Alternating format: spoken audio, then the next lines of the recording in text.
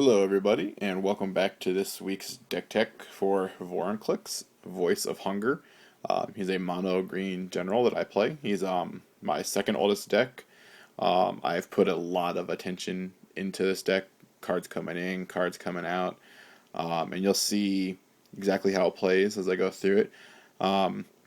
The early game for this deck can be wishy-washy. I don't have a lot of smaller cast creatures, no land elves, you could say, no mana elves. But once you get to 3, you can start 3 and 4, you can start casting the mana ramp spells and go from there. But this is based on getting fatties out, not early, but mid-game and late game, and then swarming with stuff. The original general for this deck used to be Vertaloth, but people kept on complaining since I don't make it a complete token deck.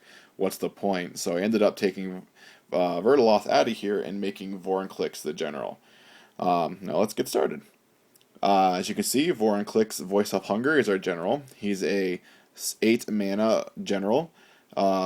He's a Praetor, that'll come in handy later. He has Trample. He's a 7/6. And whenever I tap a land for mana, I add 1 mana of any color that land produces to my mana pool. So if I tap a green for a green, I get a green, etc., depending on the deck you play this in. Whenever an opponent taps a land for mana, that land is not untapped during its controller's next untap step. So basically they have to skip a turn where their land's untapped, or be wise about killing him and then tapping your lands. So here we go.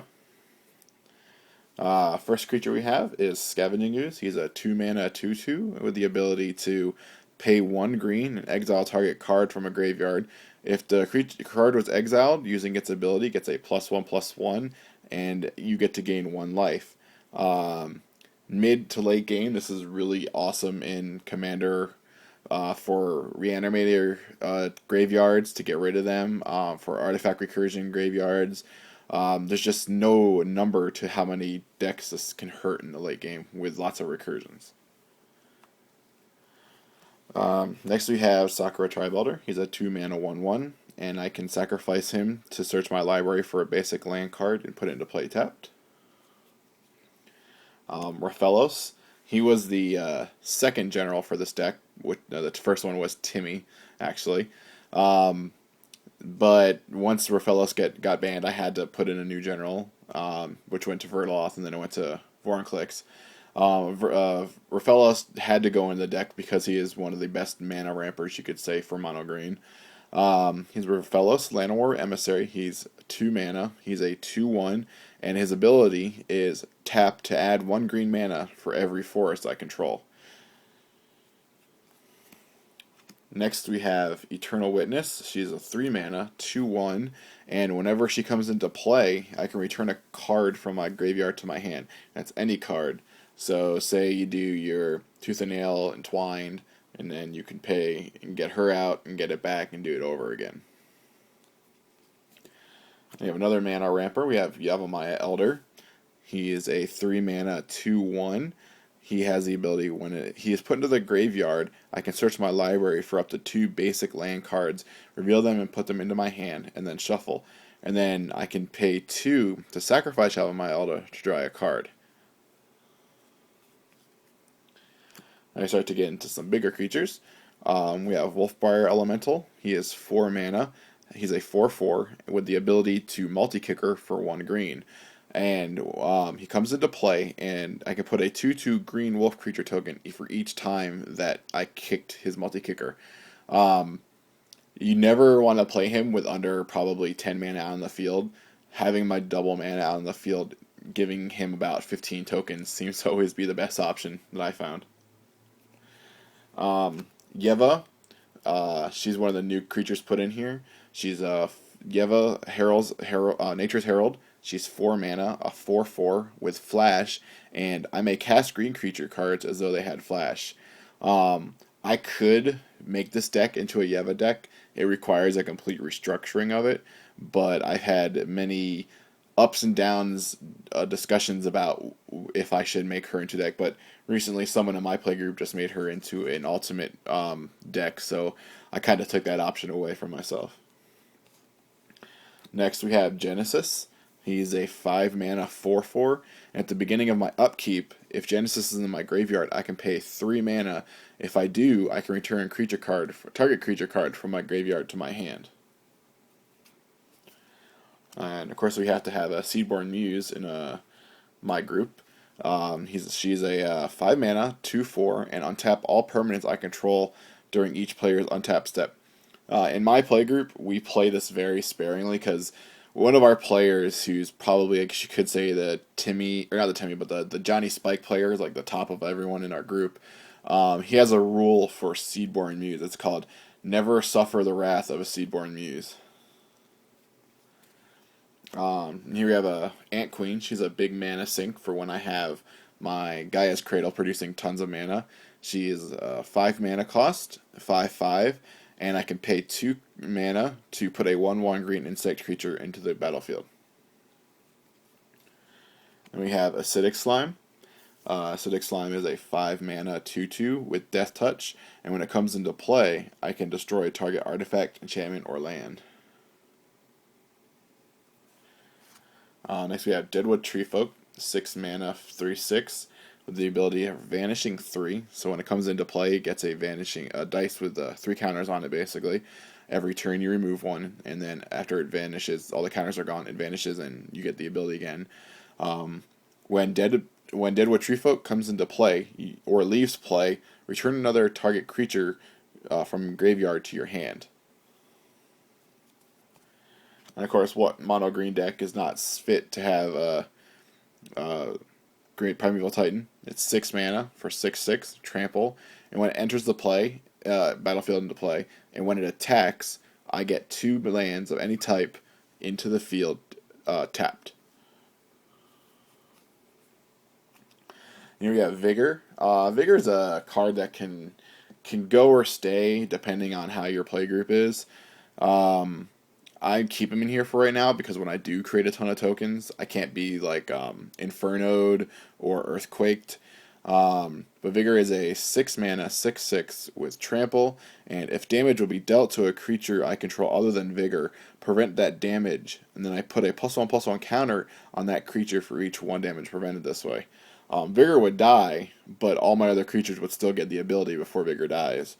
And when Vigor is put into a graveyard from anywhere, you shuffle him into your library. Next we have Avenger Zendikar. Perhaps one of the key cards in this deck for helping me win. It's a 7 mana 5/5, and when it comes into play, I put a 0/1 plant token for every land I control onto the field. And then it has a fun ability to landfall. Whenever land comes into the battlefield under my control, I get a +1/+1 counter on each plant creature I control. So what you would normally do with Avenger Zendikar is if you get your Tooth and Nail entwined, you choose Avenger Zendikar and Primeval Titan. You stack it so that Avenger Zendikar comes into play first, it sees your lands, makes the tokens, and then your Primeval Titan comes in, puts the 2 lands into play, and giving your counters onto your plants so they become 2/3s. Next we have Hornet Queen. She's from the Commander decks, one of the new creatures. She is 7 mana 2/2 flying Death Touch, and when she comes into play, put 4 1/1 green insect creature tokens with flying and Death Touch onto the battlefield. Next we have a Terastodon. Terastodon is 8 mana.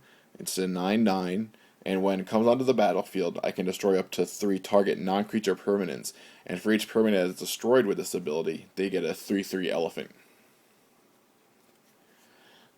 One of my new winning conditions in this deck is a Craterhoof Behemoth. It's 8 mana, it's a 5/5, and it has haste. When Craterhoof Behemoth comes into the battlefield, creatures you control gain trample and get +X/+X until end of turn, where X is the number of creatures I control. So they can get from anywhere between a +5/+5 to, as I did last night, a +23/+23. Then we have Woodfall Primus for some more destruction. 8 mana 6/6 with trample. It has, when it comes into play, destroy target non-creature permanent, and it has persist. So if it dies and then comes back as a 5/5. Now we get into the artifacts of this deck. I only run 3 artifacts because my play group is very, very artifact destruction heavy. But I run the 3 main ones in here that'll help me. I have Planar Portal. It's 6 mana. It has tap for 6 and search your library for a card and put that card into your hand and then shuffle your library. So when I have starting to get those key pieces I need to just start winning, I'll get my Planar Portal out, tutor for say a Craterhoof or Infect overrun or just a regular overrun and just go to town. Then we have a Cage Sun. It's 6 mana. When it comes into play, I choose a color, probably green. Creatures I control that color get a +1/+1. Whenever a land taps for that ability with green, I get 1 extra land of that color, or mana of that color. So if I have Gaia's Cradle on the field, it's only going to give me 1 extra mana, but it's not going to give me like a ridiculous amount. So make sure you copy that right. Next we have a Chroma's Memorial. It's a 7 mana, and for when I have all my tokens on the field and I play a Chroma's Memorial, they all get Flying, First Strike, Vigilance, Trample, Haste, Pro Black, and Pro Red. Now I start to get into the sorcery of this deck. This deck has, I think, about 25 to 30 sorceries. Most of them land searching, but you'll see what I go into them. This is the only one I have in the deck that produces tokens. It's Howl the Night Pack. It's 7 mana. I put a 2/2 green creature token into play for each forest I control. Next we have Land Search. We'll start with Rampant Growth. It's 2 mana. Search your library for a basic land card and put it into play tapped, and then shuffle. Sylvan Scrying. It's 2 mana. Search my library for any land card and then reveal it, and then put it into my hand and shuffle my library. So normally you're probably going to get either your Oran Reef or your Gaia's Cradle or probably your Cavern of Souls. Next we have is Primal Growth. Primal Growth is another fetch ability. It's 3 mana with a kicker ability to sacrifice a creature.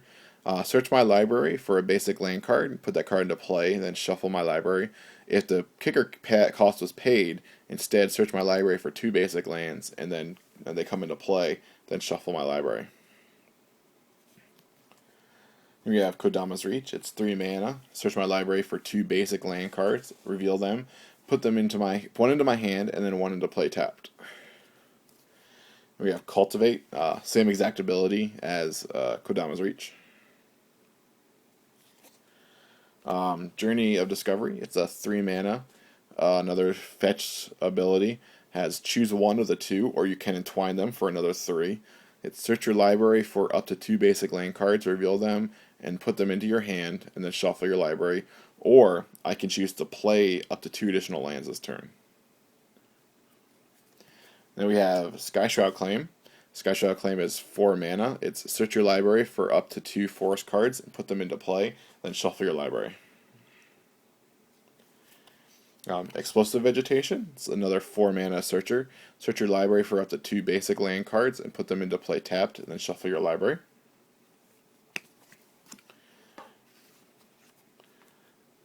Next we have one of the new spells from M13, Boundless Realms. It's 7 mana.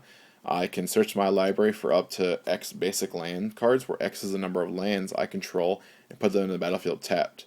Most of the time, because I only run, I think, 34 basic lands in this deck, you play this, and you're probably going to about get all basic lands from your deck. We got Ranger's Path. It's 4 mana. Search your library for up to 2 forest cards, and that's not non-basic. That could be any forest cards if this is in a non-mono green deck, and put them into the battlefield tapped, and then shuffle your library. Next we have Gifted Gargantuan. It's 3 mana. I can look at the top 4 cards of my library. I can reveal a creature card and a land card from among them and put them into my hand, and the rest in the bottom of my deck in any order. Next we have Primal Command. Primal Command is a 5 mana sorcery. Choose 2 of the abilities and do target player gains 7 life, or I can put target non-creature permanent on top of its owner's library, or target player shuffles his or her graveyard into his or her library, or search my library for a creature card, reveal it, put it into my hand, and then shuffle my library. Next we have Green Sun Zenith. It's X and green. I can search my library for a green creature with converted mana cost of X or less, and then put it on my battlefield. And then when Green Sun Zenith goes into the graveyard, I shuffle it back into my library. And of course, what mono green ramping deck does not have Genesis Wave? It's X and 3 green. Reveal the top X cards of my library. I can put any number of permanent cards with converted mana cost X or less from among them into the battlefield. Then put all cards revealed this way that are not able to be played from the battlefield into my graveyard. Then we have a Natural Order. It's 4 mana. I can sacrifice a green creature, search my library for a green creature card, and put it into play as though it were played, and shuffle my library afterwards. I don't run Worldly Tutor in here, just because Natural Order is better. So if my general gets tucked, this is only a few ways in my whole deck just to get my general back out. And of course, Tooth and Nail. It is a 7 mana sorcery with an entwine of 2. You can choose one, or you can entwine both of these abilities. Search your library for up to 2 creature cards, reveal them, put them into my hand, and then shuffle my library, or put up to 2 creature cards from my hand into play. Now we start to get into the recursion. Next we have Regrowth. Growth is still one of the best recursion cards ever made. It's 2, and then bring any card from your graveyard to your hand. Gaia's Blessing. Target player shuffles up to 3 target cards from his or her graveyard into his or her library. Then you have a cantrip to draw a card. But if you're milled when Gaia's Blessing is in your deck and then it's put into the graveyard, you can shuffle your whole graveyard back into your deck. As you can see earlier, I don't run Eldrazi anymore. I used to also have in here a Ulamog, but I took it out, I think, for Craterhoof because it just wasn't doing as much. So Gaia's Blessing is my only non-mill card. Next we have another recursion, Nature's Spiral. It's 2 mana, and return target permanent card from my graveyard to my hand. Revive. It's 2 mana. Return target green card from my graveyard to my hand. Recollect. 3 mana. Return target card from my graveyard to my hand. I don't run Revive in this deck because Reclaim in this deck because it puts it back on the top of my deck, and I don't often draw too many cards at once. Like I don't run Heartwood Storyteller or all the big draw spells in mono green because I really don't need them in this deck. Next we have Restock. It's 5 mana, and I can return 2 target cards from my graveyard to my hand, and remove Restock from the game.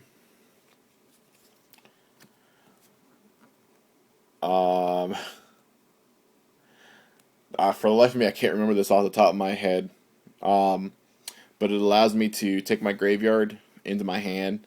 I get infinite hand size, and then this gets removed from the game. I feel so derpy not even remembering this.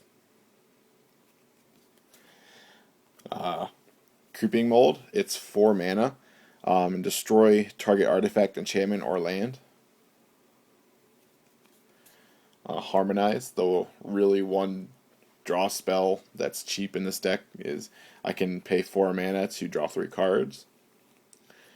And then we have the more expensive one to draw more cards, Collective Unconscious. It's 6 mana, and draw a card for each creature I control. Now we have our overrun abilities. We have Triumph for the Hordes. It's 4 mana. Until end of turn, creatures I control get +1/+1 and trample and infect. Now we have Overwhelming Stampede. This is for when you have tons and tons of tokens out. Not necessarily for tons of tokens, but for one big creature and a ton of tokens. It's a 5 mana spell, and until end of turn, creatures I control gain trample and +X/+X, where X is the greatest power among creatures I control. And we have the usual Overrun. It's 5 mana. Creatures I control get +3/+3 and trample until end of turn. Now we get to our instance. We have Naturalize. It's 2 mana. Destroy target artifact or enchantment. Croson Grip. It's 3 mana with a split-second ability to destroy target artifact or enchantment. Means you can't counter it. Relic Crush. Has the same mana cost as Indrik Stomphowler, but I would rather have the instant ability to destroy up to 2 target enchantments, artifacts that I can, instead of having to have a body on my artifact and enchantment land destruction. So I'd rather run Relic Crush over Indrik Stomphowler, even though they're the same mana cost. And it's 5 mana to do 2 artifact enchantments and land destructions, not land. Next we have Beast Within, the true destroy anything permanent in here. It's 3 mana to destroy target permanent. Its controller puts a 3/3 green beast creature token onto the battlefield. Other than this, I don't run really any non-artifact enchantment spot kill, just because I took out Desert Twister. I might put in Tornado.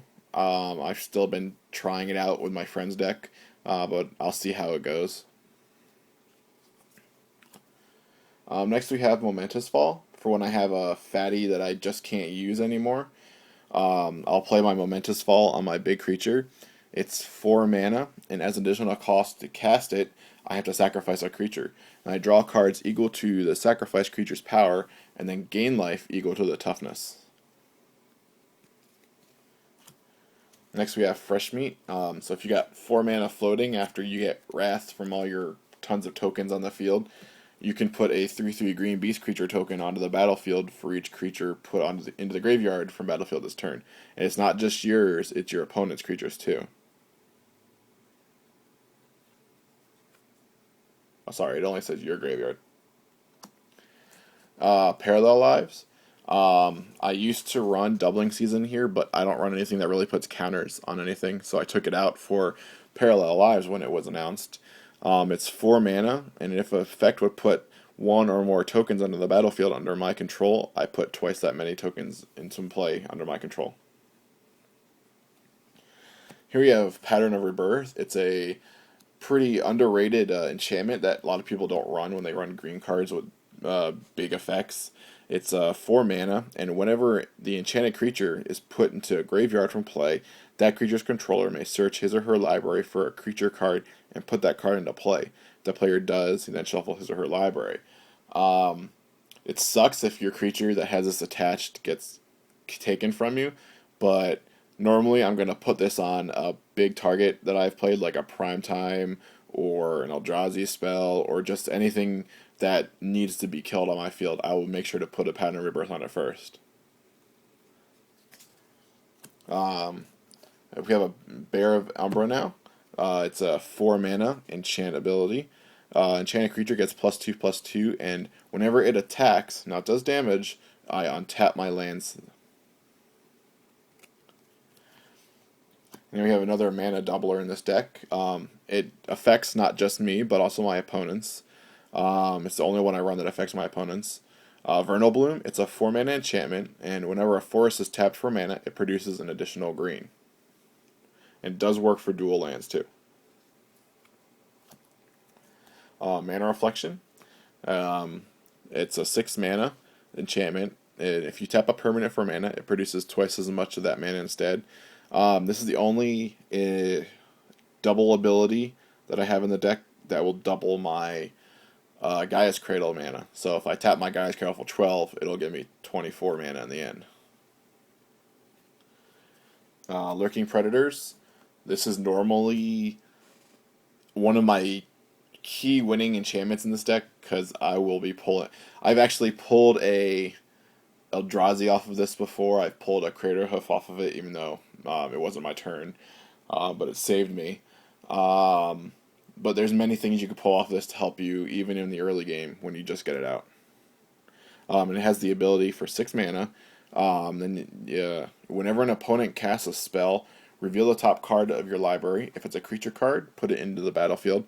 Otherwise, you may put that card on the bottom of your library. You have one of the two planeswalkers I have in here. We have the original Garruk Wildspeaker. He's 4 mana. Comes in with 3 loyalty counters. I can put a +1 on it to untap 2 target lands, a -1 to put a 3/3 green beast onto the field, or I can -4 to give my creatures overrun. And then we have the other Garruk, which I still find better than the original in certain situations. It's 5 mana to play. It's a 3 ability when it comes to 3 loyalty when it comes into play. It's a +1 ability is put a 3/3 beast creature onto the battlefield. A -3 ability to draw cards equal to the greatest power among creatures I control. And then the -6 is to put a 6/6 green worm creature token onto the battlefield for each land I control. I've only ever gotten its ultimate off once in the whole time that I've had him. Now we get into the lands. These are the non-basic lands we'll start with. We have Homeward Path, because when I have a ton of tokens, or my general, I don't want people taking him because they'll hurt me. Reliquary Tower, just when I draw my whole deck, I want to be able to hold on to my cards. Vesuvan Shapeshift, or Vesuva, to copy my either my Mosswort Bridge or my Oran Reef, or my Cavern of Souls. Here we have Cavern of Souls. As I said at the beginning of the video, Cavern of Souls. I normally put Praetor on Cavern of Souls so that I can not have my general be countered. Other than that, I just don't choose anything else. I just always do choose Praetor. Here we have Gaia's Cradle. Taps for 1 green for every creature I control. Mosswort Bridge. It has Hideaway. And when it comes into play, it comes into play tapped. I look at the top 4 of my library. I put one of them under my Mosswort Bridge, technically exiled.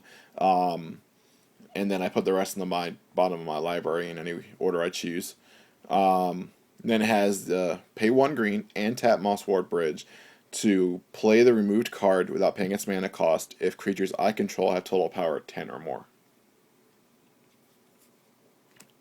Here we have Oran Reef the Vastwood. It comes into play taps for green.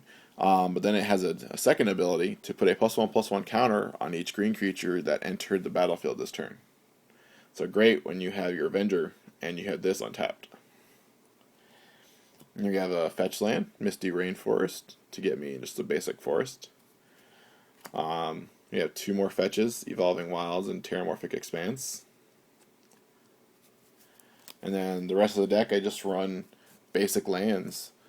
I don't run Snow Forest, as you've seen in some of my other monocolor decks, just because of cards in my deck that take the use of forest only. I could technically use snow-covered forest because they are still forest.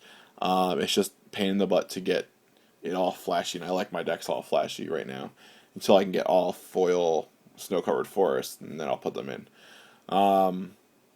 As you can see, though, the deck does have a pretty steep mana curve to start out, but once you start hitting the land with the mana curve, you'll pretty much sail right through winning a game if you're not targeted. So if anyone's got any questions on this deck, any suggestions, any comments, just leave them down below, and I'll get back to you if you need to. Alright, thank you very much.